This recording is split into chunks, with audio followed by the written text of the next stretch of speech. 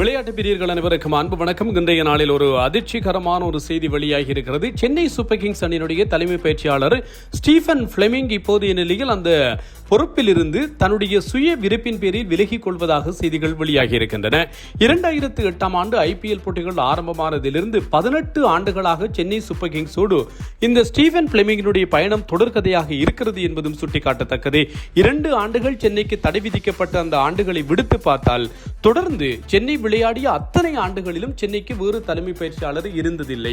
மகேந்திர சிங் தோனியோடு சேர்ந்து வெற்றிகரமான தலைமை பயிற்சியாளராகவும் ஒரு வெற்றிகரமான அணியாகவும் சென்னை அணியை மாற்றியமைத்த பெருமை ஸ்டீஃபன் பிளெமிங்கிற்கு இருக்கிறது. இவருடைய தலைமை பயிற்றுவிப்பின் கீழ் 5 தடவைகள் சென்னை சாம்பியன் முகுடத்தை சூடியிருக்கிறது. இப்போது இந்த ஆண்டோடு இவர் IPL போட்டிகளிலிருந்து விடைபெறுகிறார் என்று சொல்லிய செய்திகள் வெளிவந்திருக்கின்றன. ஏற்கனவே தோனியும் இல்லை, சென்னை அணியும் மோசமான ஒரு நிலையில் இருக்கிறது. இதனால் தலைமை பயிற்சியாளர் ஸ்டீஃபன் பிளெமிங் மீதும் விமர்சனங்கள் முன்வைக்கப்பட்டிருந்தன.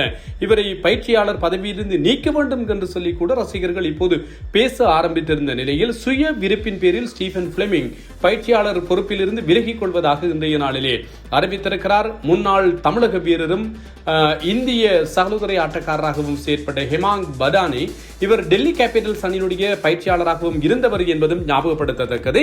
இவர் இப்போது நிலையில் இந்த அணியினுடைய சென்னை அணியினுடைய பயிற்சியாளர் பதவியிலே அமர்வதற்கான அதிகப்படியான வாய்ப்புகள் இருப்பதாக செய்திகள் குறிப்பிடுகின்றன. பொறுத்திருந்து பார்க்கலாம் என்ன நடக்கும், யார் புதிய பயிற்சியாளராக வரப்போகிறார்கள் என்று. இதே நேரத்தில் இங்கிலாந்து அணியினுடைய தலைமை பயிற்சியாளராக செயற்பட்டிருந்த பிரெண்டன் மெக்கலம் டெஸ்ட் போட்டிகளுக்கான தலைமை பயிற்சியாளர் பொறுப்பில் இருந்து நீக்கப்பட போகிறார் என்று சொல்லிய செய்திகள் வெளிவந்திருந்தன. இப்போது இந்த செய்தி உறுதிப்படுத்தப்பட்டிருக்கிறது.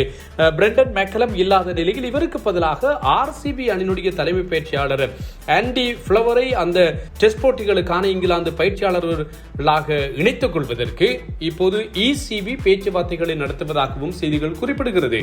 இன்னும் ஒரு புதிய செய்தி ஒன்றும் கிடைத்திருந்தது, அதனையும் பகிர்ந்து கொள்கிறோம். எந்தளவு தூரம் உண்மை என்பது தெரியாது. அஸ்வினும் இதற்கான ஆர்வத்தில் இருப்பதாகவும் அஸ்வினோடு பேச்சுவார்த்தைகள் இடம்பெற்றிருப்பதாகவும் செய்திகள் குறிப்பிடுகின்றன.